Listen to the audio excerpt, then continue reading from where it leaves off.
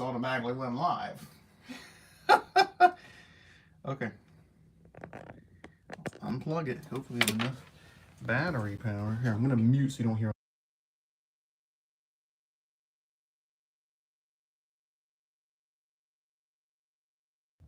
Hi.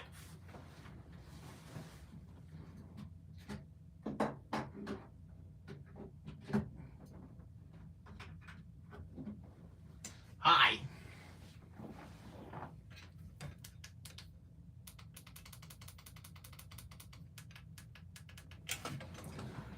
Hi.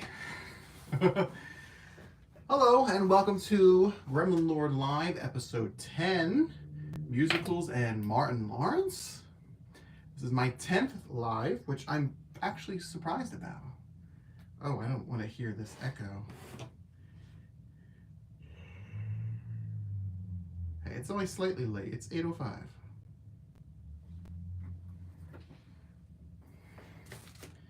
I was trying to, my phone wasn't charged, which is kind of a necessary thing for this type of thing. Anyway.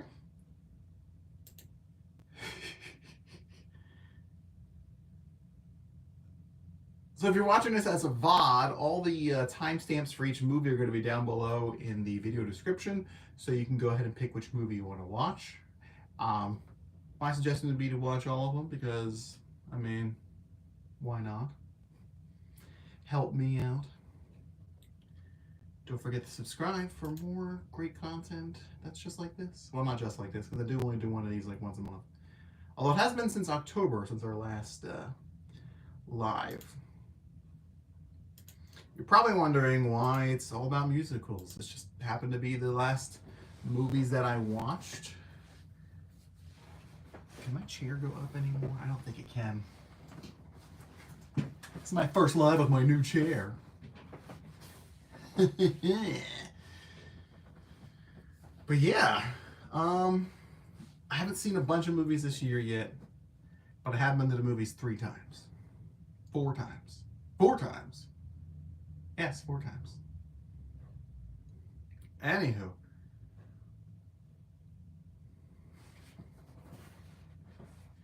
The headset. What headset? I don't use a headset when I do this. This is to my computer so I can hear what I sound like. I know there's like a slight echo from my room. I do hear that. But it's too much to have like headphones to the phone and then I have to have this on. Headset? No. I'm not using a headset. I'm using my phone. My computer couldn't handle this.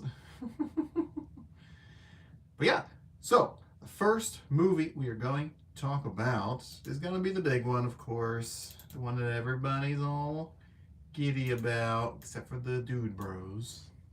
And it's going to be Wicked, Part 1, by the way. Because it is only half a movie. Well, half a story. It's a full movie. It's a damn full movie, that's for sure. It's 2 hours and 40 minutes. 57 minutes of which are actually singing. Well, the soundtrack is not even all singing. I'd probably say it's around 50 to 55 minutes of singing. So, not the most, but I think it's plenty, if you want my opinion. Moving into Wicked, I didn't know much about Wicked. I knew, the gist of it just from pop culture references. I never seen the play. I've never read the book. I mean, heck, I've barely watched the original Wizard of Oz. And I definitely haven't read the book that was based on from 1900. So, going into this, I knew the idea of it was, the 2 witches meet each other in school and they're friends, and then something bad happens and one of them's wicked. So, that's as much as I knew. But there's a little bit more to it than that. So, Wicked stars Cynthia Erivo as Elphaba. I always want to say Ethelba for some reason. It's Elphaba, the Wicked Witch of the West. Ariana Grande plays Galinda and later Glinda. You have Jeff Goldblum as the Wizard of Oz, Michelle Yeoh as Madame Morrible, one of the sorceresses who run the school. Jonathan Bailey as Fiyero, who I don't actually recognize. I guess he was in Bridgerton, which I don't watch. Ethan Slater, who I only know because he was SpongeBob on Broadway, and he's also in a relationship with Ariana Grande. I didn't realize Peter Dinklage was in it. He plays a goat. Dr. Dillamond. And of course, you have Bowen Yang as a side character. But yeah. I was interested in seeing the movie because I knew it was going to be a pop culture phenomenon type of thing. I knew that it was going to be something that me as a movie reviewer would want to watch. Is it? I don't have Netflix, so it's outside of my price range. So that's one of those 1%er shows. So I was trying to get my, there we go, so I can lean back a little bit so I'm not holding my head forward the whole time. So it's not like I was excited to watch this movie. I was interested in it for the significance that I know it's going to play. It's a very well-liked cast. It's a well-liked musical. It's a very popular musical. This is the only 1%er purchase I will have for the rest of my life. This chair has to last me the next 50 years, so it's going to be rough. I mean, I obviously like Jeff Goldblum. I like Michelle Yeoh. I like Bowen Yang. Ariana Grande's fine. So I went and saw it, and I liked it. Let me go to Discord real quick, because I did post a little bit of a review. I also forgot to post my I'm Lives. Like an idiot.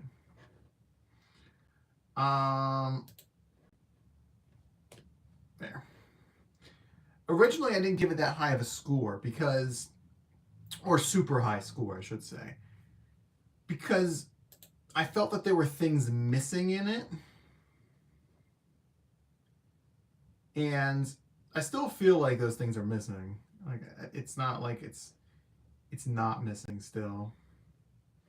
Things like history as to why the wizard is trying to get rid of the animals, trying to stop the animals from talking. I wish Elphaba was more angry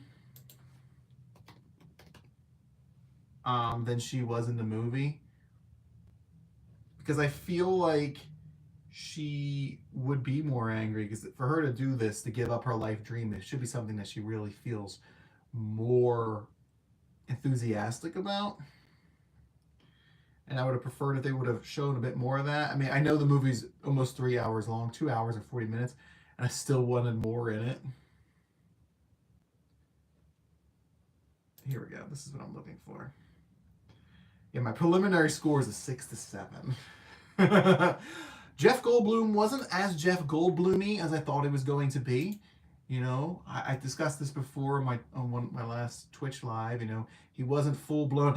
Yes, ruby slippers. Can't wait. Oh, you're a witch. Oh, you're green, green. You know, he's not quite like that. He does do a little tap dancing. He obviously sings a little bit. People are pretty rough on him for his singing. His singing is very jazzy stuff. So it's not, you know, he's not belting things out. He's very artistically jazzy, which is the type of music that he actually makes. So that's fine. I thought it fit very well for the wizard to be weird and eclectic like that.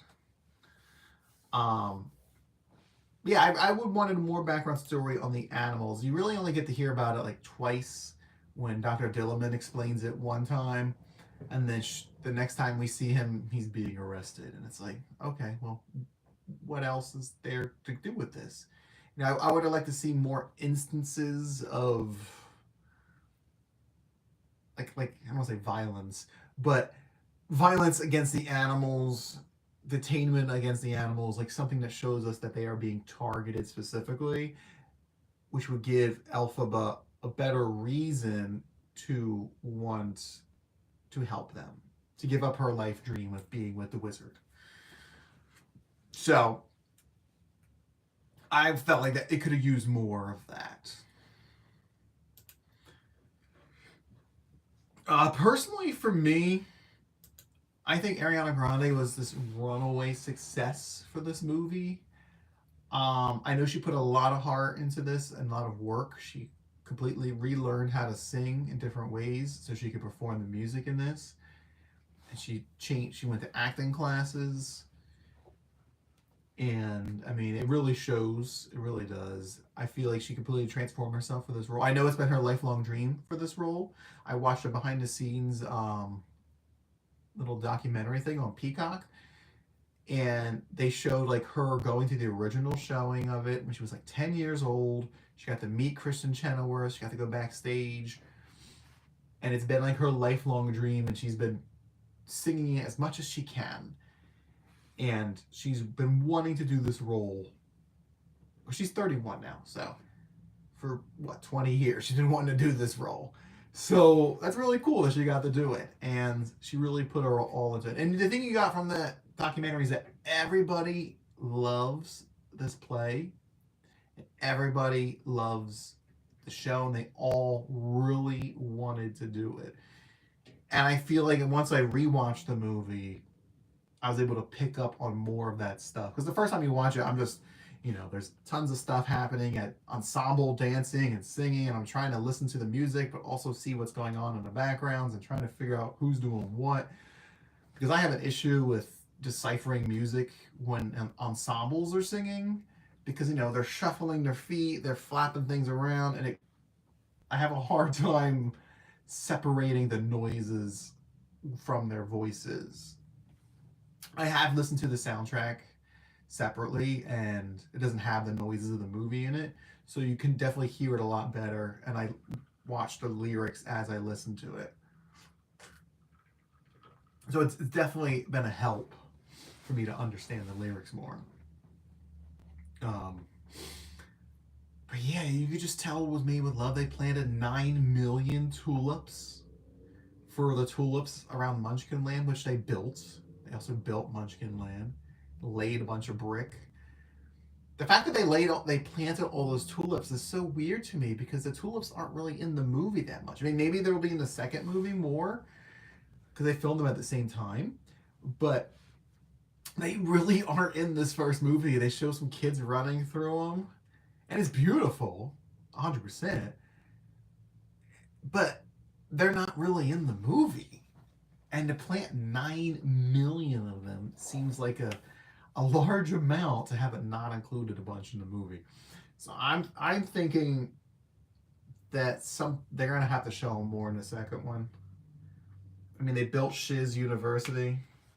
I still think the word shiz is weird for a choice or a university, because every time a character says it, it sounds kind of silly to me. And I don't know if it's supposed to sound silly, but it does sound silly. And especially when they sing it and they go shiz. And I'm like, oh God, it's so bizarre. It makes you think of like Snoop Dogg for shizzle my nizzle, and it's like, ugh. It's kind of cringy. But I mean, like I said, it was written in the 90s, I believe, or late 90s, early 2000s. And, it's that kind of thing. So, it's fine. It's just weird. I don't know what else they would call it, but maybe something different than that. But yeah. So I ended up rewatching it with the aunt, and I ended up liking it even more. I obviously, of course, I cried watching this movie. I mean, I'm not going to say I didn't. Of course I did. Especially the opening scene when Ariana Grande is singing No One Mourns the Wicked and Good News. And, she really shows the emotion in her eyes and her face. She might be smiling, but you can definitely see the hurt because this was her best friend at one point before they went their separate ways, and everybody's celebrating her being dead. So I'm really curious of how wicked she actually is, the Wicked Witch, Elphaba, um, as opposed to how much the wizard is using propaganda to make it seem like she's that evil. Because, like I said, I don't know anything about the second part of the movie or the play, and I'm trying to avoid all the spoilers I can. I know I'm going to get things spoiled for me. Maybe not as much since TikTok's being banned, but otherwise I'm going to really try to avoid to like hearing things about it. Because I am curious, but I don't want to see it. I want to wait till the movie comes out in November. So, because now I'm excited to see the second one. Didn't think I would be, but now I am. Who knows? But yeah, so the second time I watched it with the aunt. She liked it. She was having a hard time following along with it because, like I said, it's a lot of stuff happening. And then 3 days later, I watched it for a third time with somebody else. And yeah, so I've seen Wicked 3 times. I went from not really caring about it to seeing it 3 times in theaters. It's crazy. But I gotta be honest, the more I watched it and the more I listened to the soundtrack, I enjoyed it. And I'll be frank, it gets stuck in my head insanely. Like, I will just walk around my house singing the songs, pieces of the songs, quoting lines from this movie. Don't know why. Also, I'm in the wrong app. Sorry. I'm making a spreadsheet this year for the movies I watch and the ratings I give so we can have a recap at the end of the year. I picked the wrong app. But yeah, it was much better than I thought it was. Once I watched that documentary and started learning more about it and all the heart into it, I started to appreciate it more because I'm somebody who enjoys when directors or actors like they put more stuff into their films, like they're dedicated to it, they really care about it, you know. And John Chu, who's a director, you know, he worked with the creators of this Broadway play, and they have cameos, and it's like all very much one connected thing. They even bring in Kristen Chenoweth, and I always say her name wrong because that dang John Travolta thing where he says her name wrong. Is it Indina? Oh my god. It's so bad. Where's your name, honey? Idina Menzel. Because whatever John Travolta says, like the talented Adele Menzime or something random. And he completely ruined it when he was introducing her. Okay. Idina Menzel. They were both in... Oh, that's a spoiler, isn't it? Well, it's been out since November. If you haven't seen it yet, I'm sorry. They're in it. I won't tell you what capacity they're in it, but they are in it. So, you can enjoy that. Anyway, where'd my spreadsheet go? There it is. Wicked. Wicked's technically a 2024 movie. We'll do a score and we'll do notes. Like even right now in my head, I'm starting to sing the lyrics of "No One Mourns a Wicked." So, it's very contagious. It's a brainworm indeed. It just gets in there, man. And I don't know how much longer it's going to be in there because I've watched 2 other musicals since then and I still keep coming back to Wicked. I don't know. I feel like I need to create something with it in order for me to kind of move past it. And I haven't really figured out. Anyway, so let's think of a score here for Wicked Part 1. Originally I said 6 to 7, which is not what I currently feel. 6 I feel is way too low. It currently has a 7.7 on IMDb. The fact that 5.6 thousand people gave it a 1. I mean, get the heck out of here. There's no way you think Wicked is a 1. Come on. Even if you hate musicals, just the sheer production of it and the design of it and the costuming, it would not be a 1. I mean, there are like hundreds of extras, each with their own outfits. They go to the Emerald City and there's literally like 100 people dancing towards you, and they all have different outfits. And it's like, come on. There's no way it's a 1. Anyway, so I am going to give Wicked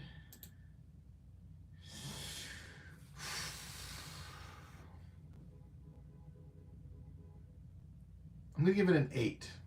An 8 out of 10. Because I did really enjoy it. I plan on buying it physical and all that stuff. I listened to the soundtrack and all that. But for me, the issue with it is still, I wish there was more explanation of the animal stuff. I mean, I don't know if they'll touch upon that in the second one. I doubt it. But to give us more reason for why Elphaba is so willing to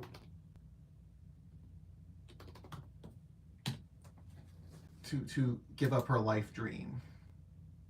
Man, what would you give Wicked, huh? What would be your score for Wicked? You know, because no one mourns the wicked. No one mourns the wicked. No one lays a lily on their graves. Through their lives, our children learn. 100 brillion zillion. Oof, that's a high one. Brillion zillion. Oh, I was like, why is this so cloudy? Because my quality right now is 140. Musicals, yes. We just got done talking about Wicked, Mimi. And how I didn't care for it as much the first time I saw it, but the more I learned about it and seeing it 2 more times, I actually started to enjoy it a lot more. Because I enjoyed it. It was just kind of lacking in some explanations. And, you know, like, it just, I needed a bit more story-wise. So the book, I watching the movie made me interested in actually reading the book. I know the book is definitely adult rated because the movie's only PG, which is kind of surprising because there's a couple scarier scenes, not scary, but like scenes that might be scary for children that are, it's still rated just PG. So the book I know has quite a bit more in it. I think there's even a pregnancy in it. I don't know. I haven't really paid attention to the book as much. I'll think about it. I'm still reading. I don't know where it is. It. So we gotta get that done. I think it's somewhere over here. I know. Hey, it hasn't been 10 years yet, but I will finish it. Promise. I'm close. I'm less than a couple hundred pages, I think. Like, I just need to sit. I don't read. I need to take my car to get work done. So I'll do that, and I'll bring the book, and I'll read another 80 pages or so. Oh, well, I heard there's not a lot, that they cut a lot of the book out for the stage version. So I did hear that. I think Better Man is a 2025 movie, right? Is that what I wrote? Yeah, Better Man 2025. Okay, so we're going to switch gears from Wicked and move into Better Man, a biopic about Robbie Williams, the pop star extraordinaire from the UK. I'm going to the page right now. The meteoric rise, dramatic fall, and remarkable resurgence of British pop superstar Robbie Williams. Rated R. 2 hours and 14 minutes. I wanted to see this movie ever since I saw the trailer. I saw the trailer and I was like, I want to see that movie. Because I thought it looked interesting. Oh, yeah. The movie starts when he's a child. When he's like a kid. And then it jumps to him being a teenager and him getting into Take That. And there's a whole section about Take That and his career with Take That and how he gets his habits and all that stuff. And then it moves into his solo career. It's basically everything. And it culminates with him performing. I don't know where he's performing, but it's like an evening with Robbie Williams. It's like his comeback thing after all his issues. So I'd have to look it up. I didn't actually read any of the stuff about it, the IMDb stuff, like I usually do. But yeah, so let's talk about Take That. Makes me curious about Take That because a lot of their outfits were like just underwear, and they wore like bare butt stuff a lot, which was an interesting choice. So there is some man booty in this movie, if that's your tastes. I was genuinely surprised. I was like, they wore these outfits when they were performing? Like, is that a thing? Is that real? Like, what? I know it does show them performing in gay clubs in the beginning, which Robbie Williams does talk about. I saw him talk about it on Graham Norton. And then it made the jump to regular clubs. But obviously it stars Robbie Williams. As far as I know, he does not do the motion capture. Somebody else does. He does sing all his songs, of course, except for when he's a child. He does do all the talking and all the audio. So he is doing the voice work for his stuff. Nope, the only monkey is Robbie Williams. He's the only monkey in the whole movie. And they explain it within the first like 30 seconds of the film with a voiceover of why it's that. And I mean, I'm going to tell you why it is. It's because he views himself as less than evolved than other people because he's always been really hard on himself. And he's always kind of viewed himself as being less than. So I heard the process was like they asked him to pick an animal, his spirit animal, and he said like a lion or something. And they're like, well, we can't animate a lion, so we're gonna have to pick something else.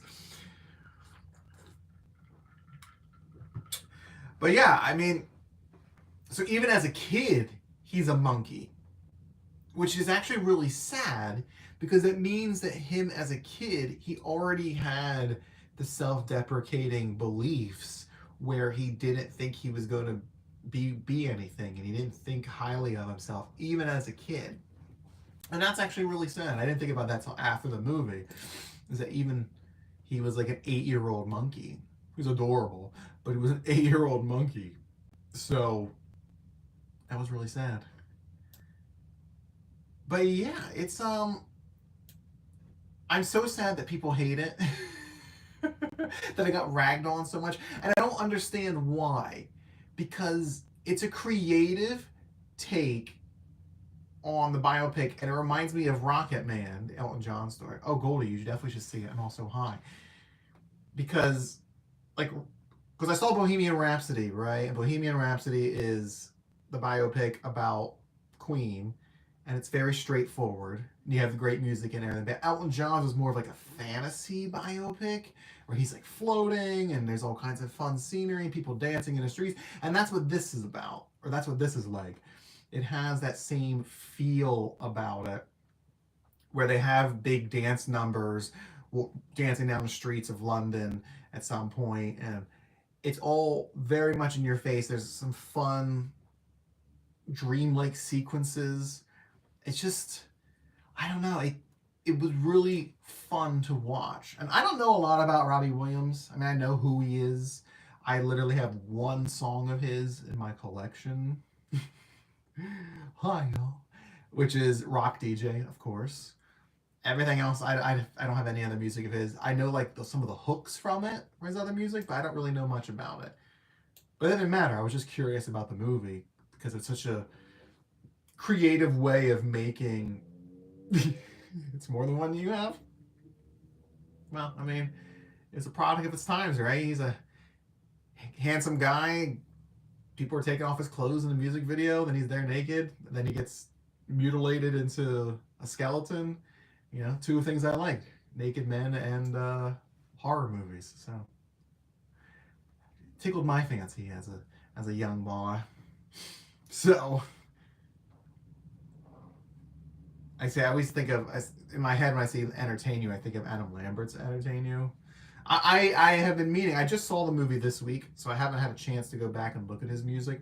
I'm going to, um, but the music is really good in it. It all sounds really good. I think I want to say he re-recorded music for most of it. I'm not positive. I haven't been able to read the IMDb stuff for it yet. Oh, that would make sense. That would make sense that he'd be a judge on that. But yeah, it was just super well done. There's so much going on in it, but it just works really well. The CGI monkey is like 95% good looking. There were a couple times where it was kind of off, and I was like, I don't really care for that scene. But for the most part, it's perfectly acceptable. And then, of course, there were certain parts that were really, really good, like the close-ups and stuff, where it looks photorealistic. It's a very heartfelt story, really. I mean, I bawled. I bawled in this movie. I was just sitting there, just boo, boo. The top of my mask was all wet.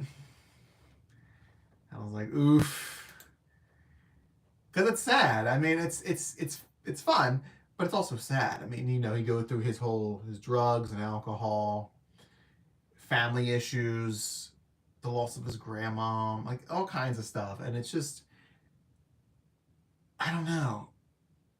But I am glad the monkey thing really works out.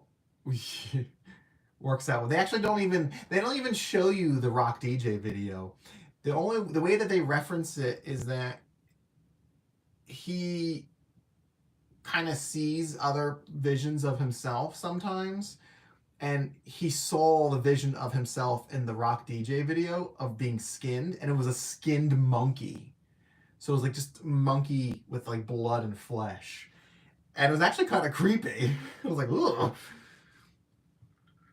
It's just so fun and like well done.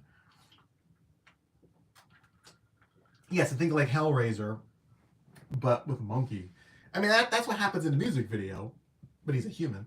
So they do a lot of fun recreating of things too, where they show a bunch of like photos that are like from photo shoots that you would know from him. Like, I mean, the movie poster itself is a recreated photo of him from Rolling Stone, but it's him as the monkey. They do a bunch of those photos like that, but as the monkey Robbie Williams instead of the original Robbie Williams. And it's funny because one of them, he's like pulling down his jeans a bit so you can see his butt. But because he's a monkey, it's just a hairy monkey butt. It was cracking me up. But it's so good. It's so good. I really wish I knew somebody else who watched it so we could talk about it. Like, I feel like I want to watch it again, but I don't know if I could emotionally watch it again because it is sad. There's a lot of sadness in it. But it's so good. And the music just works so well. I don't know. It's great. It's great. I was very surprised, and I'm very happy that I watched it. Highly recommend, kids. It's true, but it's also not doing really well in the UK either. I mean, it's only made a couple million in the UK, despite him being, much more popular over there. IMDb has it at 12 million gross worldwide. It cost 110 million to make. So by most standards, it's gonna be a big old flop, which sucks because it's really good. I feel like I don't know why people got so obsessed about the monkey angle. I don't know where that came from. Like you watched a trailer, it was on TikTok constantly, and everybody was talking about why is he a monkey? Why is he a monkey? Who's a monkey? I never heard of him. Robbie Williams too. It's like I get it. I do get it. He's not popular in the U.S. Popular. Like I do get it. I'm gonna look up. Maybe I can find a more official box office for it.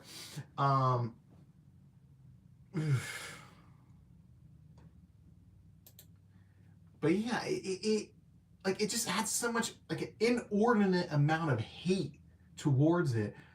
I just don't know why. I feel like it's been like that with a lot of social media where it just has like these campaigns against something so hard, like Joker 2, which I'm not saying was a fantastic movie, by the way. We talked about that during the last live. It wasn't as bad as everybody was saying it was, but it wasn't great. It's just so insane. I guess this movie was made by the same guy who did The Greatest Showman. Is that what that's called? With the circus, I think. I never saw that, never wanted to.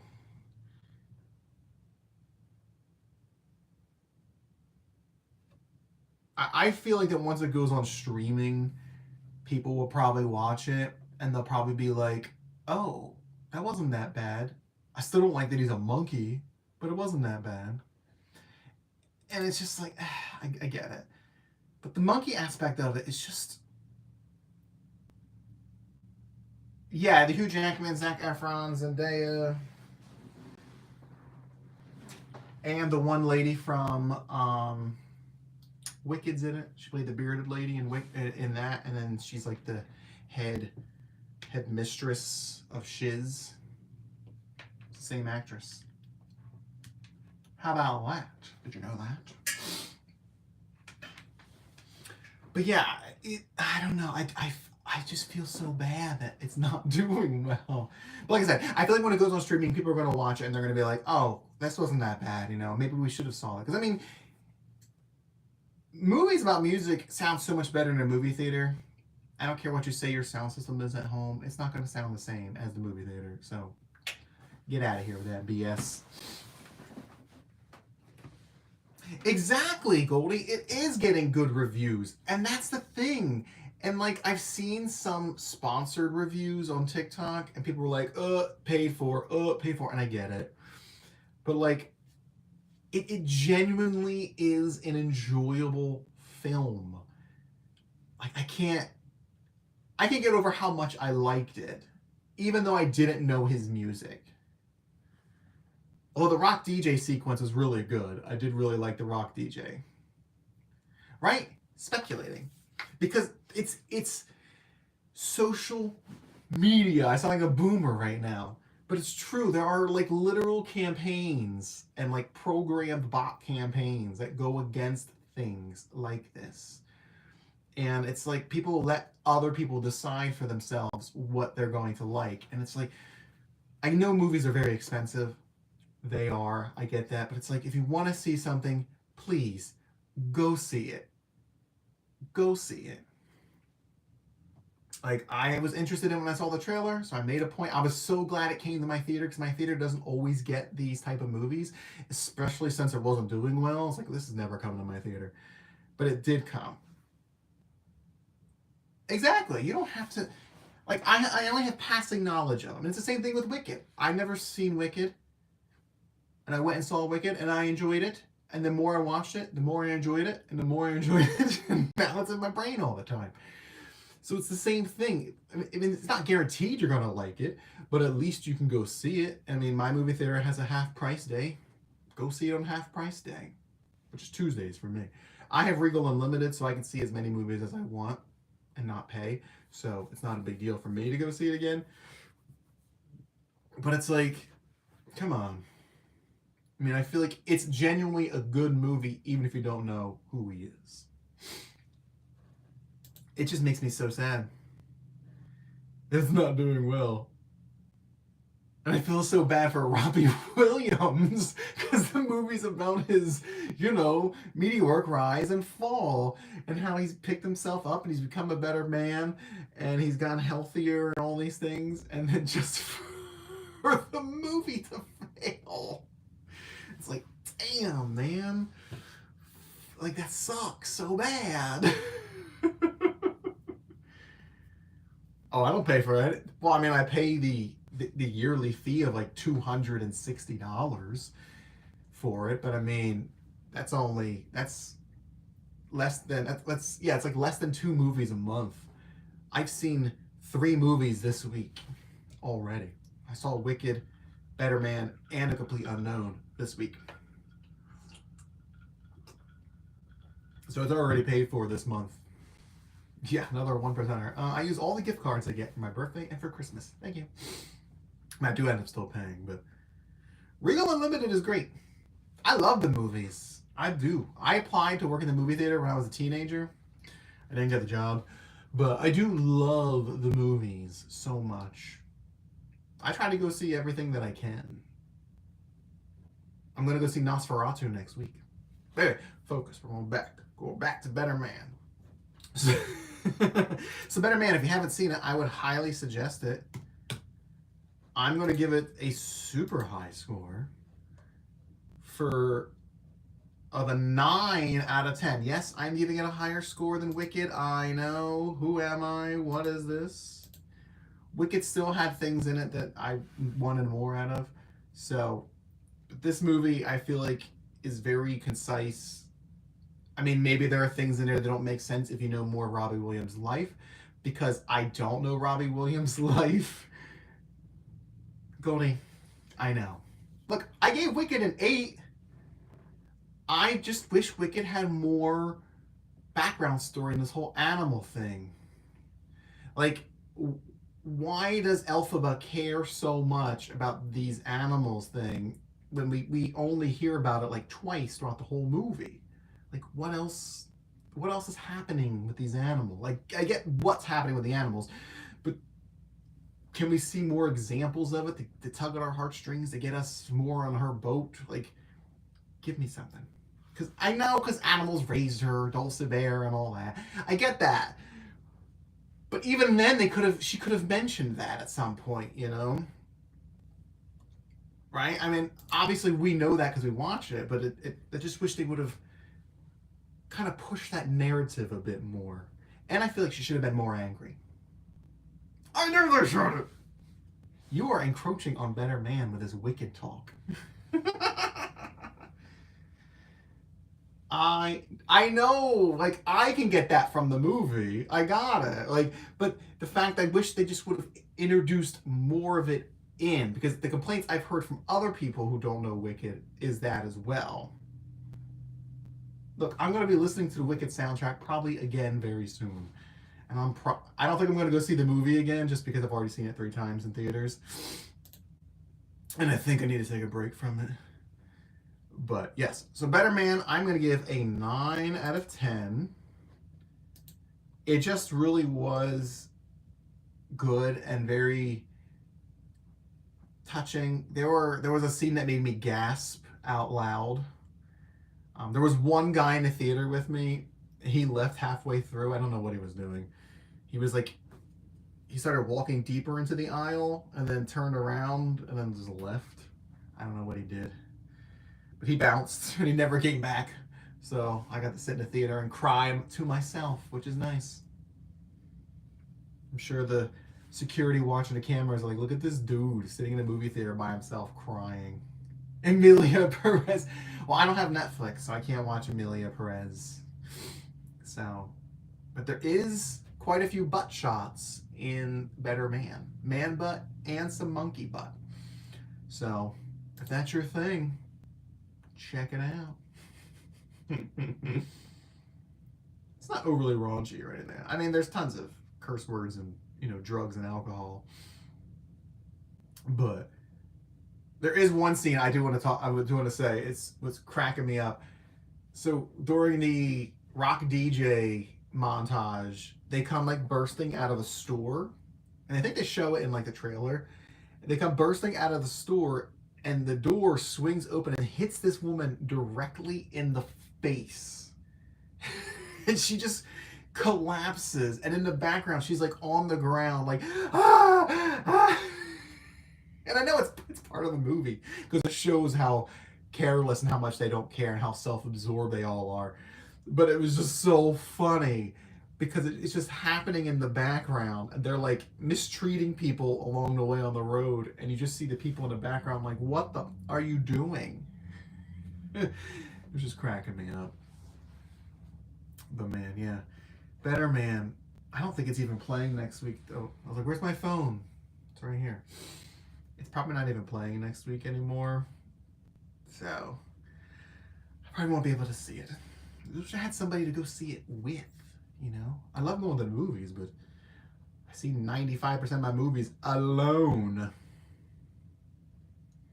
Because no one likes the movies like I like the movies. And that's disappointing. So the next movie, I love the movies. I can go to the movies every single day. I mean, it'd probably be really bad for my circulation, especially for how much longer movies are getting. Also, Complete Unknown is actually 2024. Interesting. Of course, you have Red Pill Dude Bro in the chat. Oh, movies are garbage. It's 2000.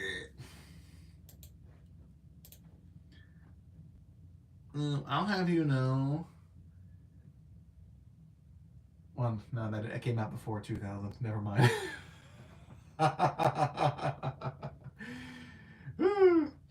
But no, yeah. So the next movie we're going to talk about is A Complete Unknown. Here, where's the description for it? In 1961, an unknown 19-year-old Bob Dylan arrives in New York City with his guitar and forges relationships with music icons on his meteoric rise, culminating in a groundbreaking performance that reverberates worldwide. Rated R. And they're blue. It's funny because my acetaminophen I took is like orangey red.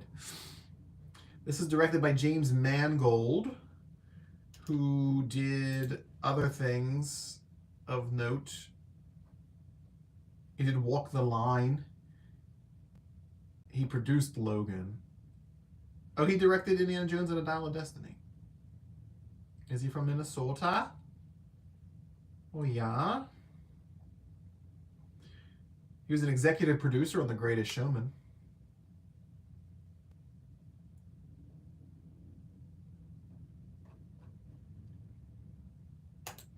But yeah.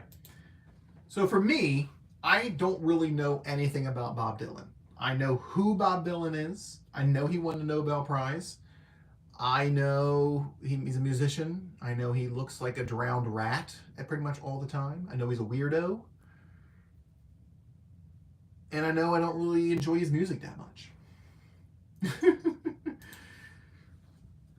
But I went and saw it because I wanted to. And it's free.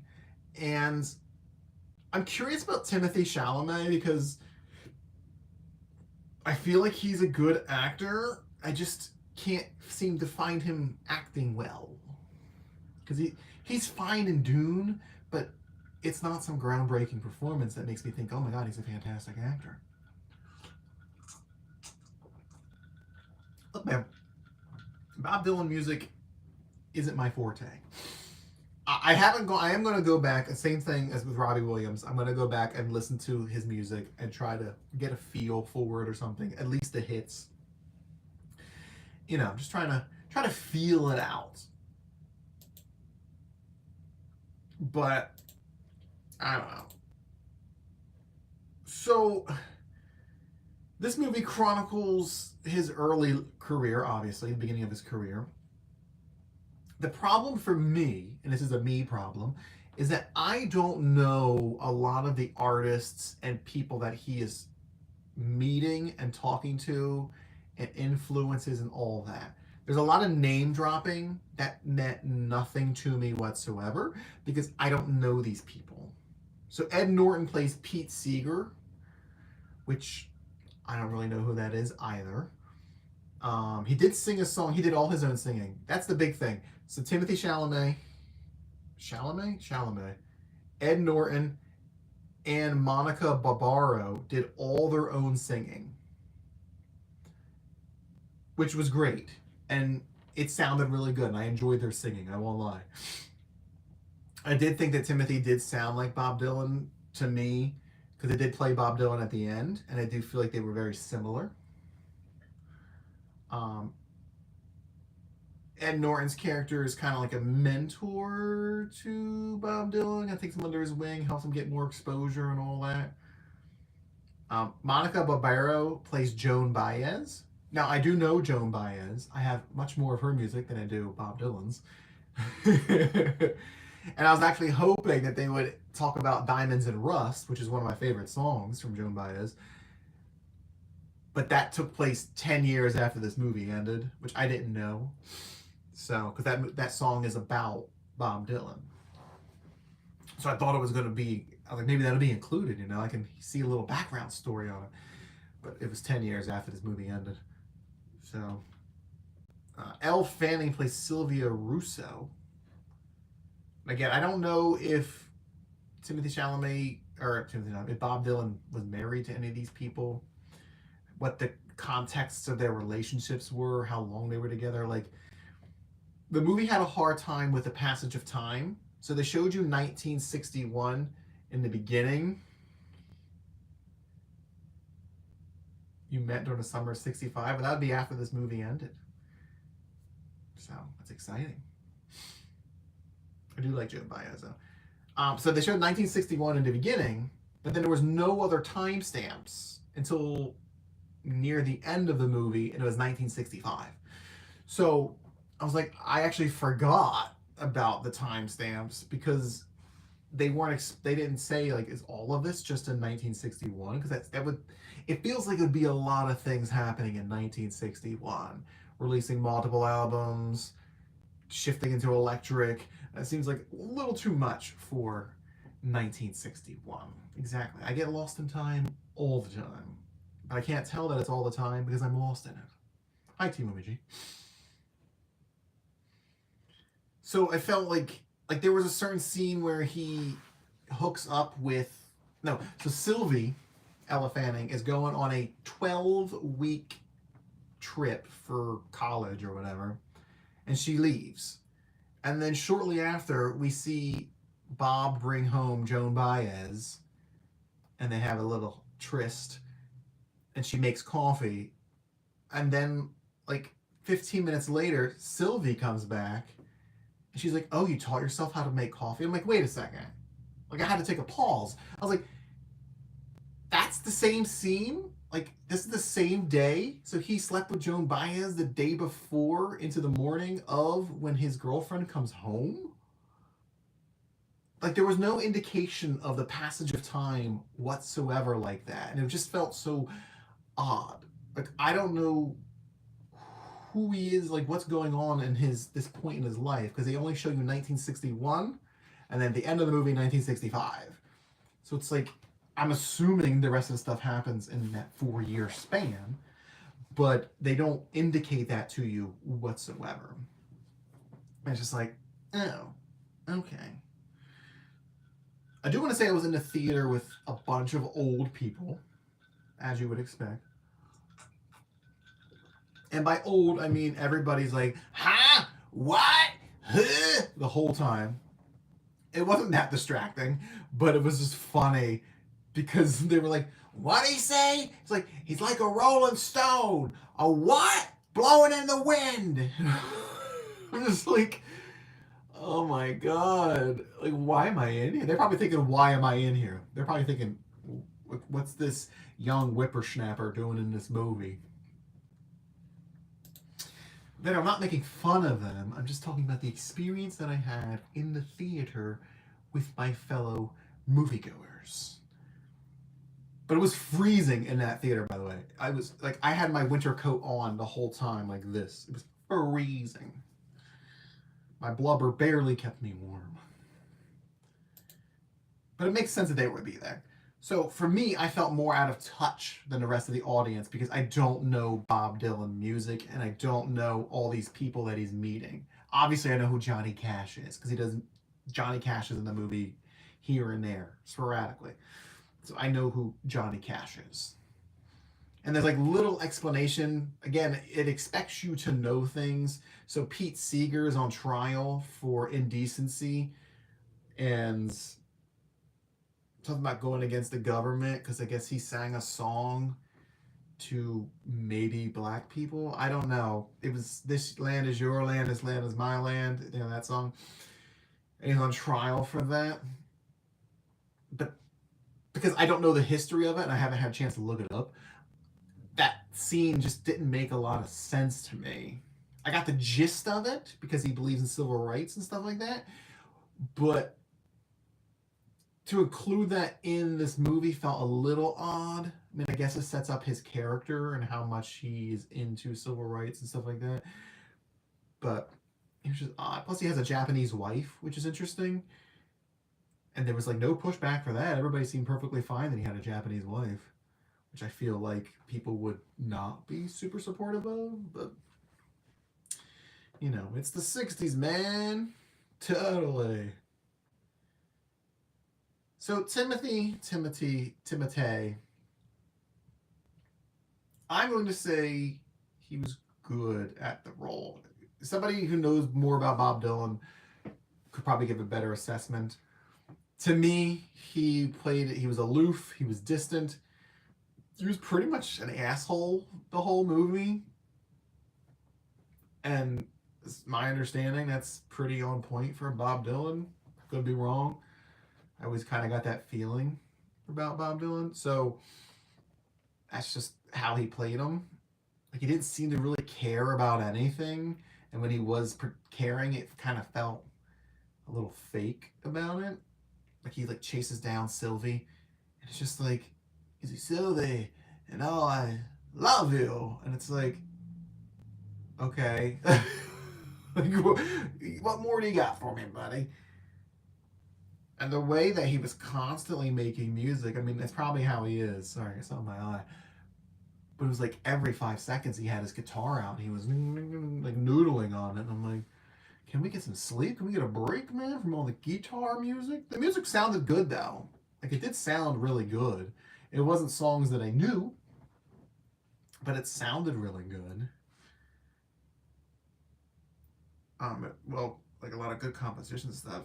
Monica Barbero as Joan Baez. I really liked her. She wasn't as, her singing wasn't quite Joan Baez, but it was definitely Joan Baez inspired because Joan Baez music I know more than Bob Dylan's. So I definitely liked her renditions of the songs. I didn't recognize any of the songs she sang either because I'm guessing the Joan Baez music I have is probably from later in her career than the folky music that she's singing in this movie. But she did a really good job. I just didn't really understand the relationships that were going on in the film. Like Bob was involved with Sylvie, and then they broke up at some point. Again, no sense of time passage. And then he's with Joan Baez, but then they're not together. But they'll screw around, but then they're still not. I don't know. It was just kind of cloudy, which I guess could be true to life. But like, here's some people that they bring in. Dave Von Ronk, don't know who that is. Like, I didn't know who Pete Seeger is. Albert Grossman, John Hammond, Woody Guthrie. I know the name. I don't know him. The actor who plays Woody Guthrie. Guthrie? Wait, where'd he go? Guthrie is Scott McNairy, who was the husband in Speak No Evil. Because I was like, I know this guy looks familiar. Who is this guy? And I looked it up today, and I was like, that's who he is. But he doesn't really have any lines in this movie because I guess at this point Woody Guthrie was ill and he just kind of grunts the whole time. I know I keep saying Guthrie. I know it's not Guthrie. It sounds weird. But he basically was sitting in a chair or in a bed the whole movie. But again, I don't know who that is. And then they would say, "Oh, who's this?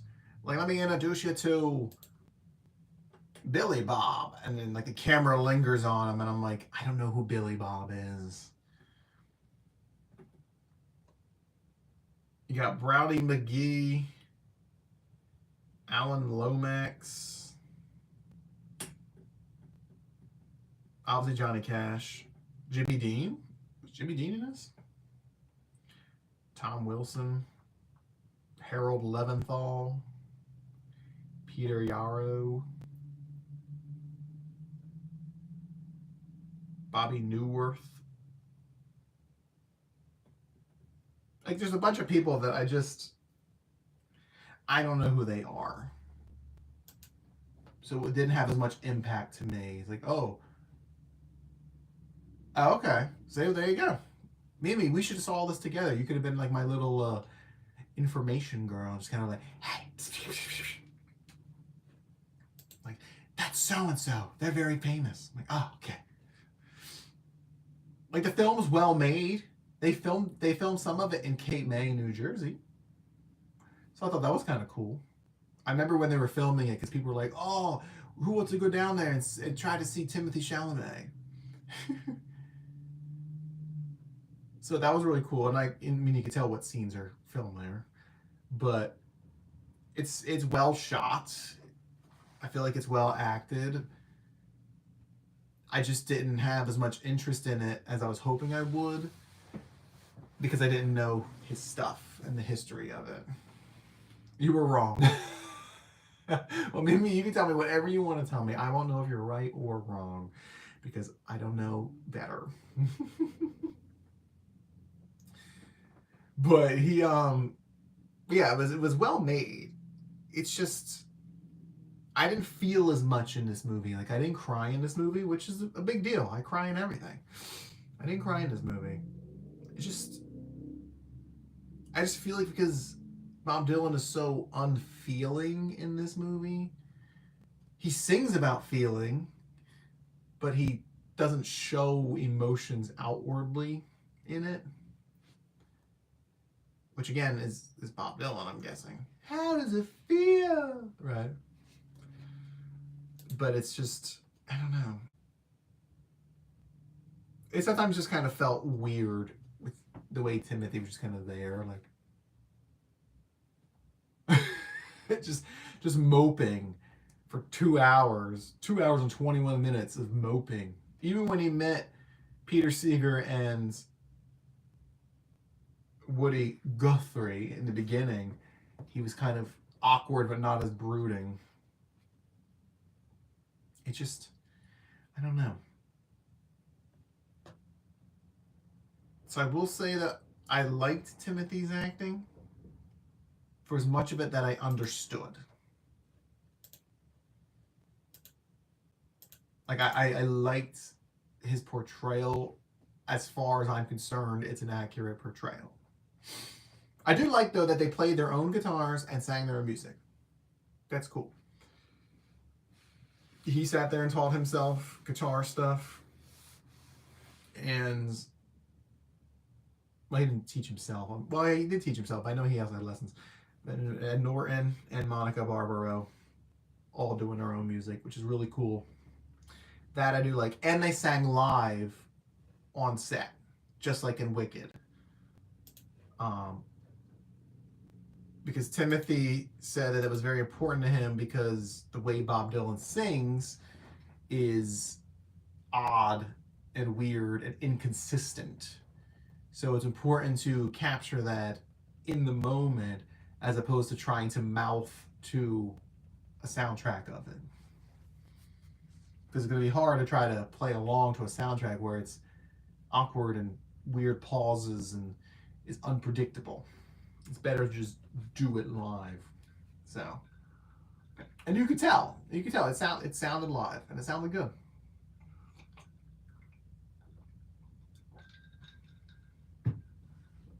I'm thoroughly impressed with that. But to rate it, it's currently sitting at a 7.8, which is higher than Wicked. Actually, what's the Better Man rated at right now on IMDb? 7.7. IMDb has a 7.7 for Better Man. You see?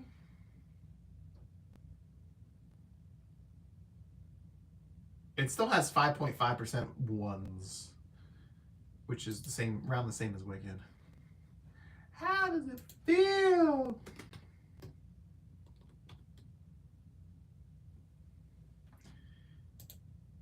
But yeah. Like, I feel for me, the rating is going to be lower. But not because it was terrible. It just wasn't anything that moved me. Like, it's hard to say because, like, I recognize it's not a bad movie. I recognize that. But I also recognize it's not a movie that I overtly enjoyed.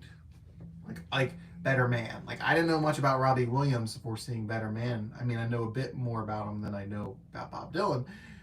But I highly enjoy Better Man, probably because it's more my time frame, 80s, 90s, 2000s kind of stuff.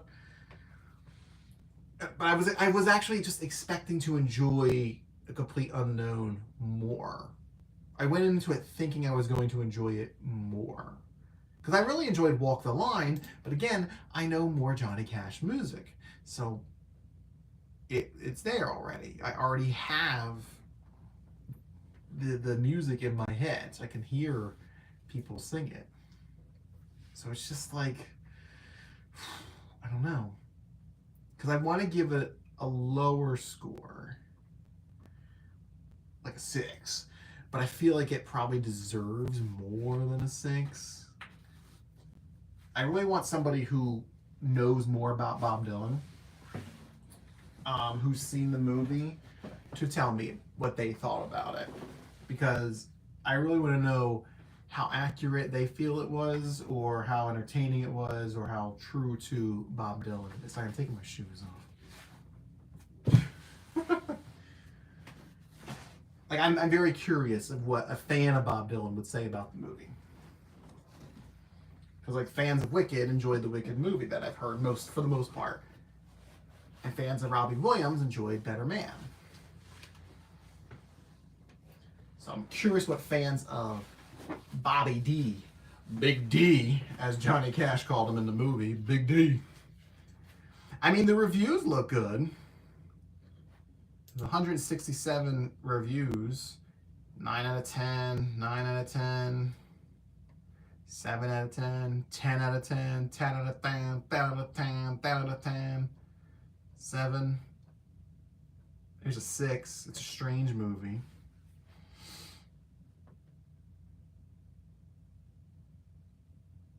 You come out of the movie feeling like you didn't learn much about Bob Dylan, but you understand he was a mystery, a man full of contradictions, surfing between naivete and genius. You feel like his girlfriend Sylvie.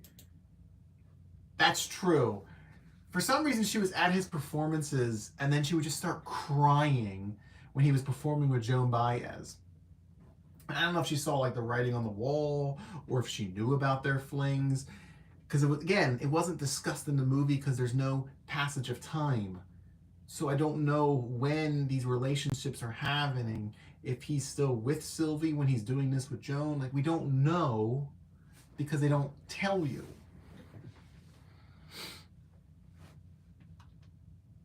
Prosthetics. Did Timothy Chalamet wear prosthetics for this role?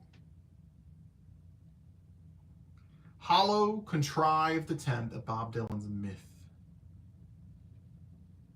Half-baked symbolism. Meandering, soulless film that pretends to explore an artist's journey without saying absolutely anything at all. Apparently Sylvie's not even a real person. Oh my. anyway. But I do agree. Like, I don't feel like I know more about Bob Dylan than I knew going into the movie.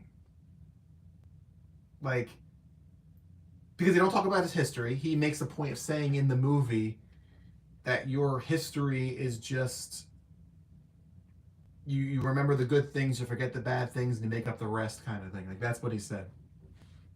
It says it in the trailer. I don't know the exact lines for it, but so we don't really know anything about him. He worked at a carnival. Did he actually work at a carnival? I don't know. You know, it's just.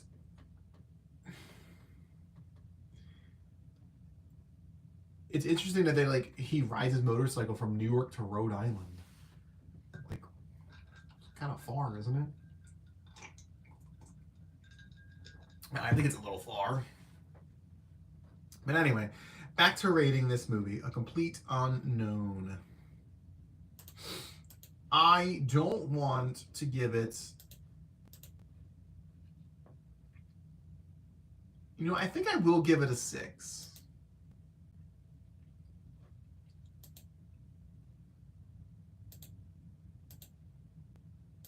I mean, probably more, maybe a 6.5. Like I said, it really was well made. But it's well made doing nothing. The whole, like I said, the passage of time really just bugged me. How we just go from 1961 for almost the whole movie to 1965. I'm sure it's 62, 63, and 64 is in there. It's just they don't tell you that it's happening.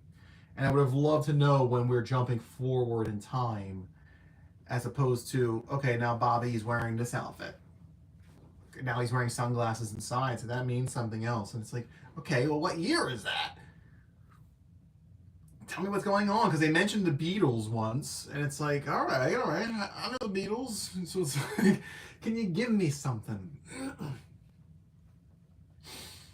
The end was a little forced. He goes electric. I think they show in the trailer, like, Bob gonna play electric, and he's like, not on my stage. And he kind of like betrays Peter Seeger in that way, but I don't know. Again, if I knew who these people were, like if I knew who any of them were, it'd probably have more of an impact on me. Doesn't mean you shouldn't go see it. It is a well-made movie. It's just, you know, I feel like the trailers romanticize it more than what it really is. It's not as traditional as what are you doing? I said 6 to 6.5. Stop making it a date. It's not a date. It's like June 6, 2005. No, it's just a number. Ay. How do you make it? Sorry, I'm trying to use the Apple's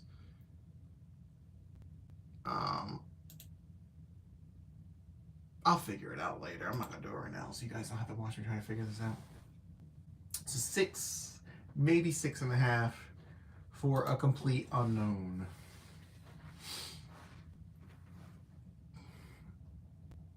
It did feel aimless at times, but I did like I said, I do like the girl is Joan Baez. So I'll have to check out more of his music, try to get a better feel for it.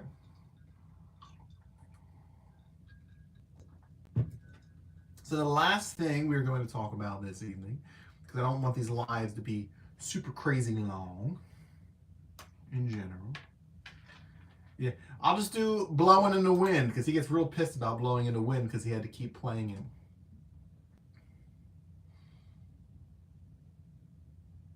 I mean, I do recognize the one where goes, how does it feel? Like, I do recognize that.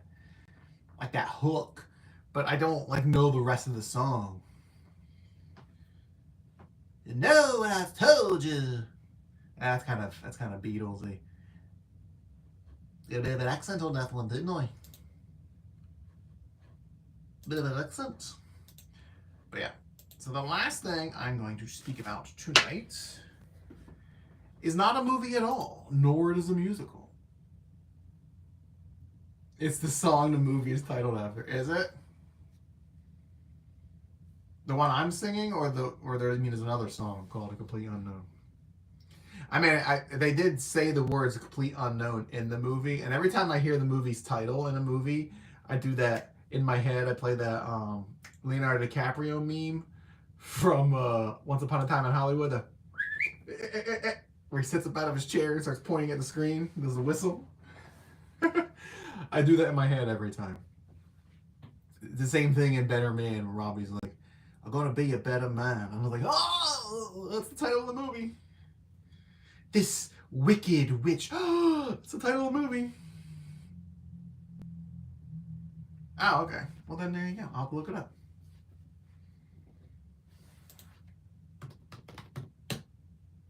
No, not Martin Scorsese. You know what I'm looking for when I say Martin. Martin!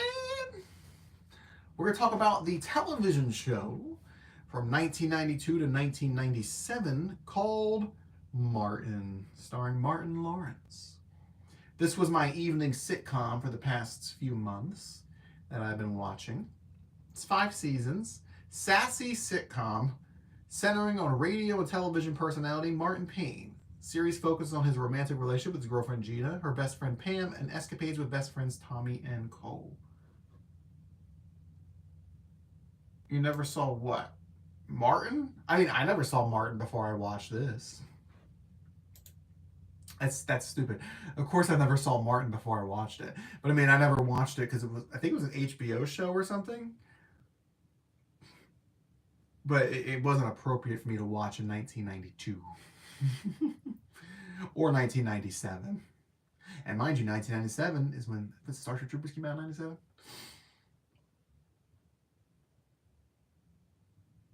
Was it a regular station show? It was produced by HBO, though, because HBO was in the ending credits. I didn't realize it was a regular TV show. I thought it was, since HBO wasn't a thing, I thought it was a pay show. Oh, look at that. Learn something new every day. My back is so sweaty right now. So you have Martin Lawrence playing Martin Payne. Tisha Campbell playing Gina Waters Payne. Thomas Mikhail Ford playing Tommy Strong. Carl Anthony Payne II playing Cole Brown. And how do you say her name? Tashina Arnold playing Pamela James. Probably not Tachina. Tachina sounds stupid. It was... I watched it on a whim because it's like, it's Martin. You know, I don't really know much about Martin Lawrence in general.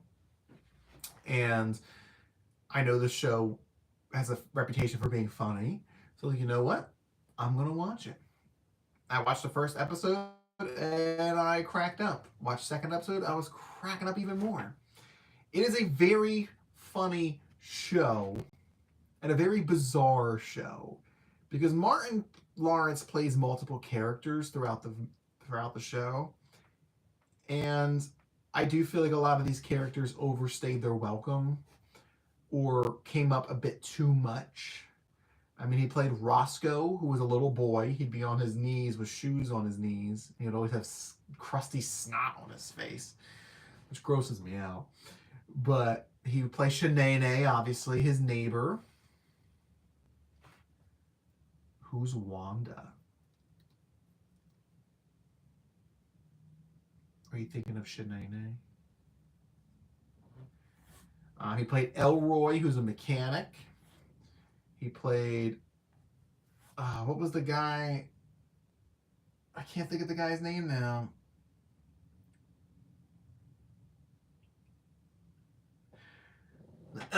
Yeah. He thought he was like the cool cat, but he was like stuck in the 70s. Why can't I think of his name? It's not listed in here.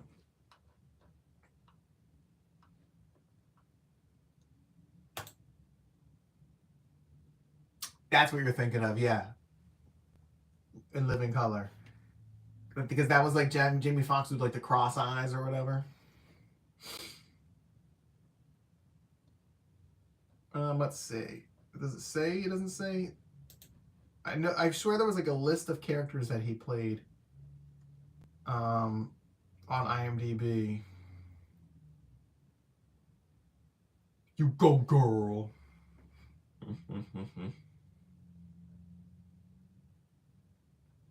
I do remember that.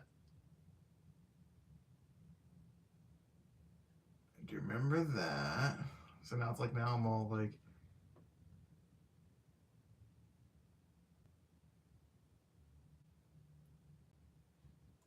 where is it?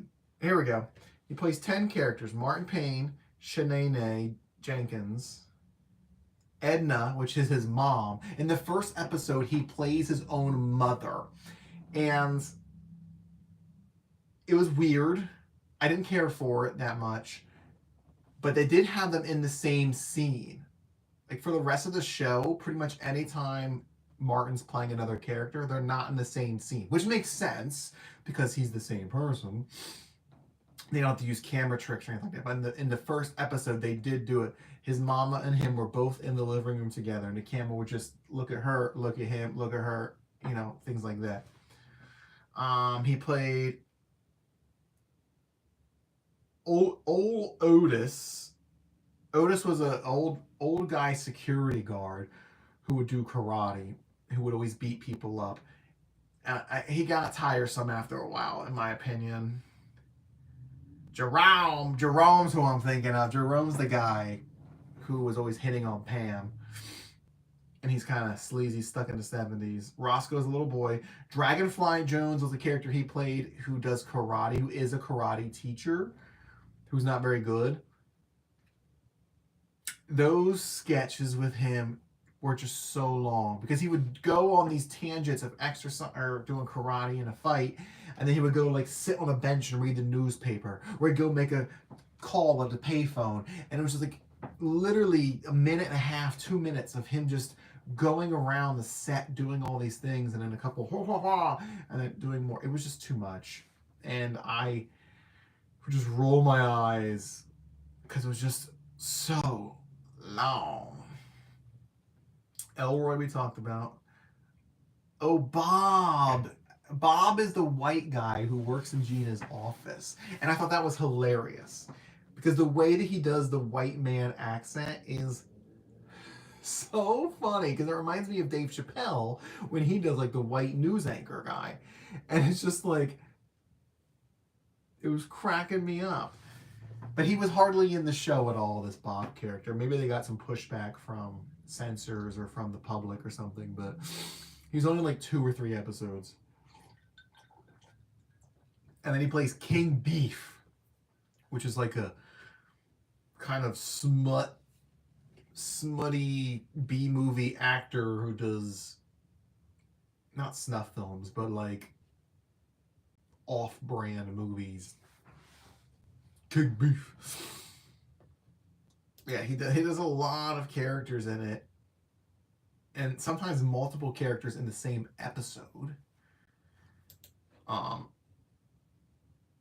just didn't really care for the mom. Like a lot of the characters, I didn't really care for as much.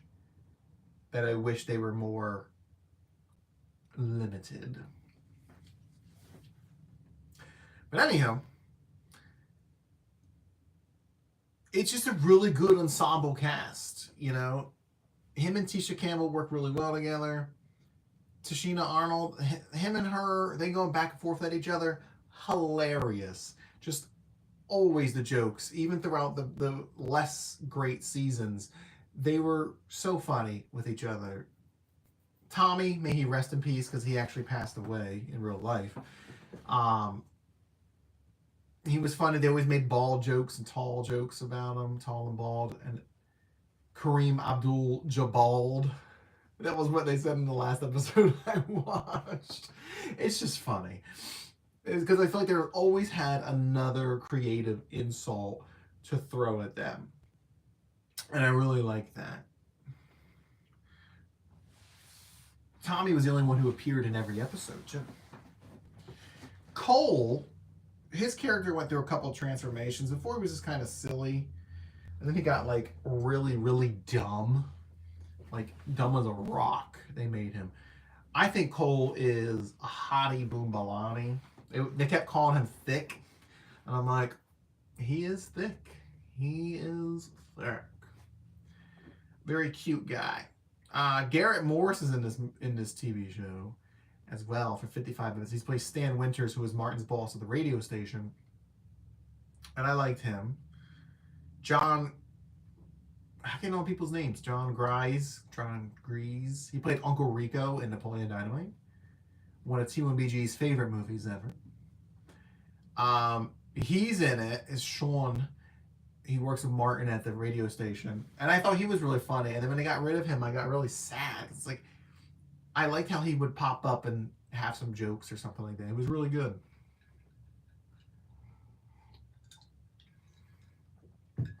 But yeah, there's just it's just a really funny show. There is some issue with cameos, like they bring in like celebrity cameos, which a lot of sitcoms do, of course.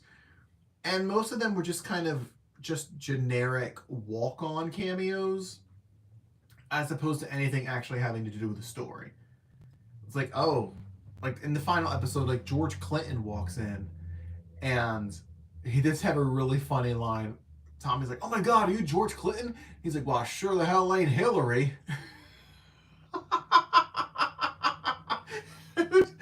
Cracking me up. But that was his cameo, and he would go sit down in the background, and it was just like, well, what is he there for? Is he just like in town? So he's like, hey, you want to have a walk-on bit on Martin? Sure. So that's what they would do, and there was a lot of cameos like that where the character would just the celebrity would just walk on, say something, and then kind of disappear in the next scene. You never see them again, which I thought was interesting because like they'll advertise it in the description of the episode. Oh, I know who George Clinton is. So I knew that cameo. There were some cameos I didn't know who they were, but or at least I didn't know what they looked like. It's like, oh, that's Babyface. Like I know who Babyface is. I just didn't really know what he looked like, I guess, in the 90s. So it's like, oh, okay. But it was just like so many of the cameos were just nothing. And I thought it was kind of like a wasted potential. You're going to have somebody on there, at least kind of give them something to do. Most of them played themselves, too. Some of the cameos, they played other people. But most of them, Snoop Dogg was on there. And Biggie Smalls. Biggie Smalls was on there, I think, twice, maybe? And he played himself, Biggie Smalls. Because remember, Martin is a radio DJ at that point. So he knew some celebrities. That's true. George Clinton is very recognizable with his long, like, dreads and braids with fabric woven in and sunglasses and all that stuff. So, very true, very true. But he came in, I was like, is that George Clinton? Sure hell ain't Hillary. It's just so funny.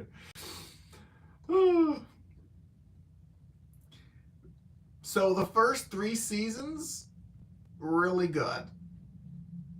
Wait, was it season 3 or season 4 that it started to get bad? Hold on, let me look.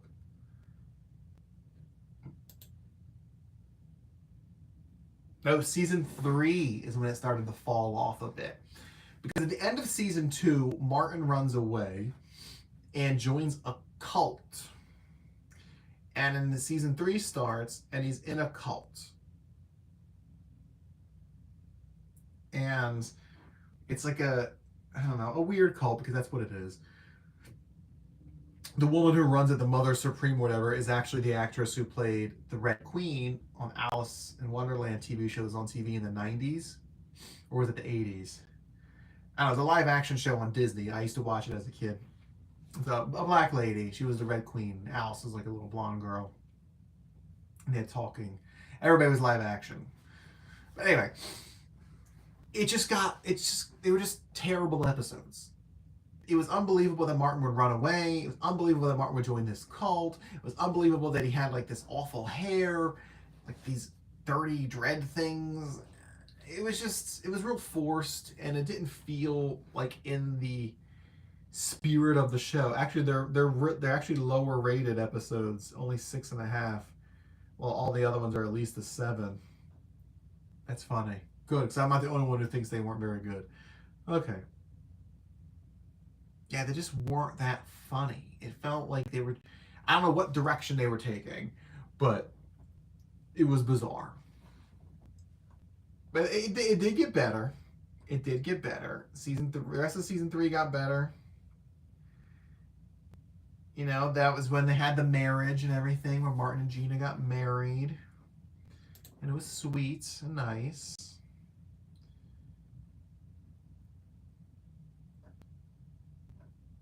Season 4 was also pretty good. It's season 5 that really wasn't that good. Because by the time season 5 rolled around,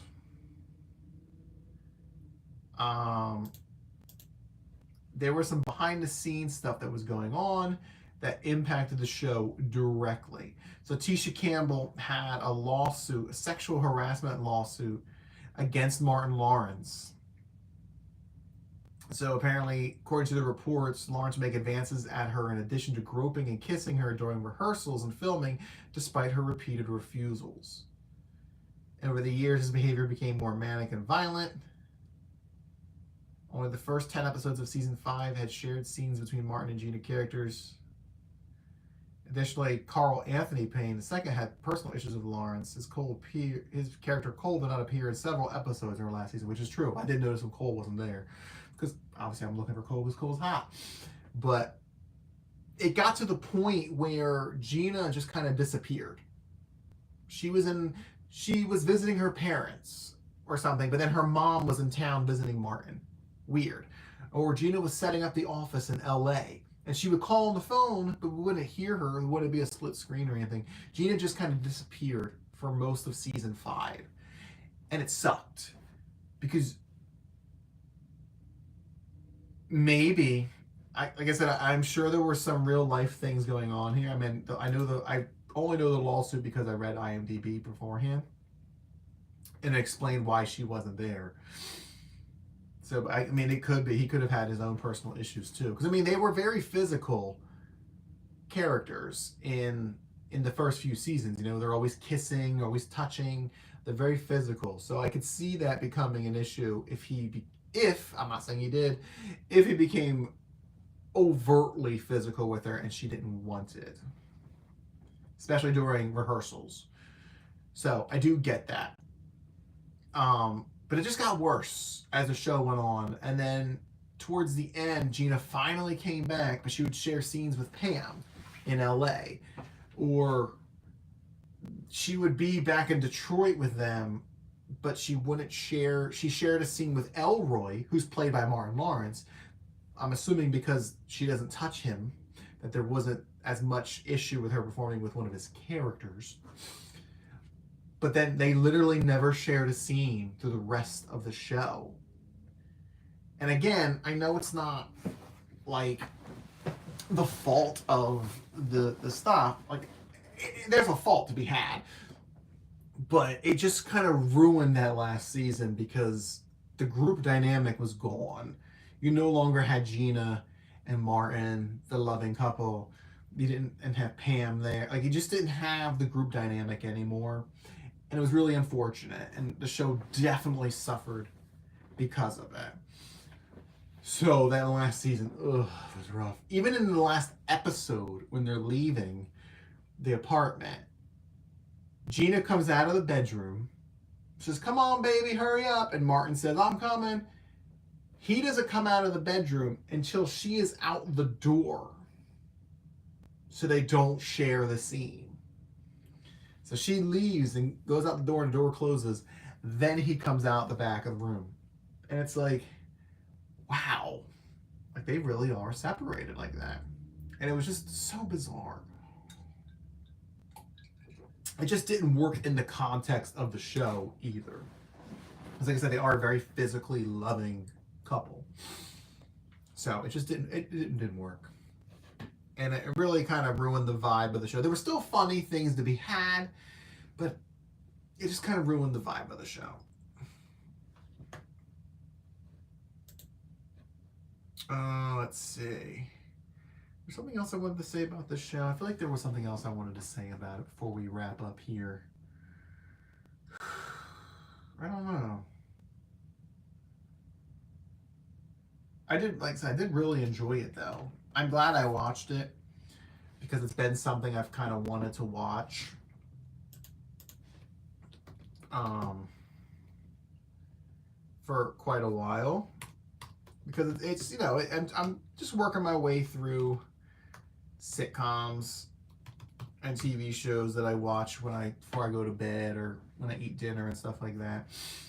So it's just something I got to think of a new show to watch. So if you guys have any suggestions, let me know. I'll see if I have access to them to watch them.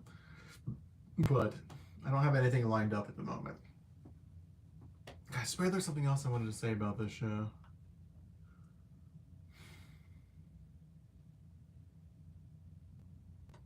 They did change the theme song quite a few times. I need to find a compilation so I can watch them. Because the last one I didn't really like, but then I started liking it more. So,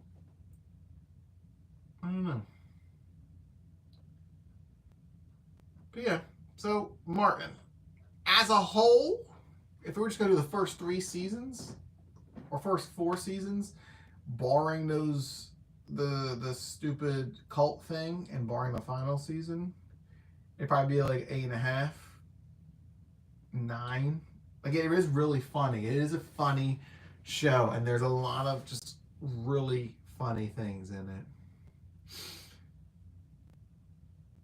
But God, that season 3 opening and then the end, the final season was just so bad. And I just didn't care for it. It really bothered me. So I think it's gonna drop it down to a 7. And like it's not, I don't know, I feel bad because it's like, I mean, there's a reason why it was bad. There's a reason why the season was bad because of the pending lawsuits. So I can't do anything about that. It's unfortunate, but the show did suffer. So I kind of wish Mama's House was on there. I wish I could finish Mary Tyler Moore Show, but that got taken off of whatever I was watching it on.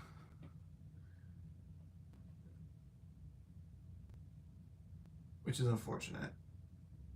But yeah, so if you guys have any suggestions for the next TV show for me to watch, let me know. I'm looking for a comedy sitcom. Not How I Met Your Mother. I don't want to watch that. Not Scrubs. I've seen parts of Scrubs. I didn't really care for it that much. I don't think How I Met Your Mother is very funny, like, at all. Big Bang Theory is not my type of show. 2.5 Men, not my type of show. But yeah. But if you think of anything, let me know, and you can put it in Discord. I feel like there was a suggestion before that I didn't do because I was starting to watch Martin already, but there's a new show on Peacock called St. Denis Medical or something. It's a comedy. I don't like Neil Patrick Harris that much, to be honest. I think his overt campness irks me. And I don't think he's that funny. And I don't think he's that entertaining. And every time I see him singing and dancing, which is fine, please sing and dance. I wish I had the confidence to sing and dance. But it's just, I just don't care for it. It bugs me. But the show is also just not that funny. Like I've seen multiple episodes of it. It doesn't do it for me. Meanwhile, I'm over here watching the Dick Van Dyke Show. Well, he is a main character, so it's impossible for it to be the best show because he's a main character in it. Just saying. But yeah. The Bleep Van Bleep Show. Yeah, I watched that and I liked it a lot. I like Dick Van Dyke. Like I love Lucy. I enjoy Roseanne. I enjoy Frasier. Friends was okay. I liked New Girl. I love Schitt's Creek. I like the Bob Newhart Show. Newhart was also good. What else? I was enjoying the Mary Tyler Moore Show before they took it off. I feel like those are like my most recent sitcoms that I've watched. in the past couple years. So, but yeah, I'm about to hit 100-minute mark. Whew. It's an hour and 40 minutes. It's longer than I wanted it to be. But anyhow, so the next movie I'm probably going to watch is going to be Nosferatu. I'm probably not going to do a review for that, just because the next review that will be coming out next week, and that'll be for this little ditty right here, Jordan Peele's Get Out. I finally watched it. I actually watched it last week. Academy Award winning. Oh, the Vernon Shirley. I don't know if that's available. I'll have to see what that's available streaming. I'm not sure it's available where I'm able to watch it, but I'll check. But yeah, so we'll have a review for that. And then there is a mystery movie on the 27th of January. Of course, that review won't come out till the following week, so I'll probably do another either bargain bin movie or community pick. We'll see. I'll have to look and see where we are with community picks. I know Prince wants me to watch The Craft, and that is available to me. I can watch The Craft if I choose to watch that. Well, I'll look because there is a bunch of other things on my queue on Prime and on Peacock that I want to watch, that I need to watch, and I might just pick one of those. But I could just watch movies for fun too. Not everything has to be a review. I just want to talk to people about the things I watch. But anyhow, so that's going to be it for today. Thank you guys for tuning in to my 10th episode of Gremlin Lord Live. I feel like I did pretty well this time. Tomorrow the VOD will be up in case you want to rewatch it. Don't forget to hit the little like button if you can before you go, so I can try to get a little bit of traction here. If you aren't already subscribed, you can also subscribe. I'm pretty sure you guys probably already are. I've lost 4 subscriptions in the past month, so I could use a few more. But yeah, and then we'll have a nice list going on here. Wait, what did I give Martin? I give it a 7. Is that what I said? I think that's what I gave it. I did give it a 7, correct. But yeah. So that's gonna be it for me. I'm really hot and sweating right now. I don't know why. Oh, let me show you this. I meant to show you this earlier, but I bought the Ghostbusters popcorn bucket, $6, because I guess they couldn't get rid of it. How dare you! I gave Wicked an 8. It's a great score, but it has like the door here with a little sign on it. It is like raised. I don't know if you can see that. Yeah, you can see it like that. It's like pressed in. You got the side of the building with little air conditioners in the windows. The back is nothing for some reason. I'm assuming because the back of the building butts up against another building. There's just nothing there. And then of course you get the logo from Frozen Empire, official Ghostbusters merchandise. I figured I'd put my greenery in this once I get some more shrubbery. Because I do love Ghostbusters so much. Yes, $6 though.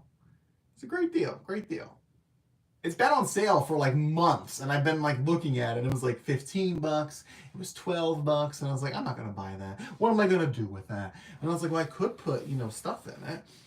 And then it said $6, and I was like, $5.98. Sold. I'll get it. I'll get your clearance item. They won't restock the alien one though, which is a cool alien tube that says like Whaling Yutani Corporation or whatever, and it's cracked and it lights up green, and there's a face hugger on it. That's really cool, but they haven't restocked it. I don't think they ever are going to either. I missed my opportunity. I should have bought it when I had the chance, but I didn't.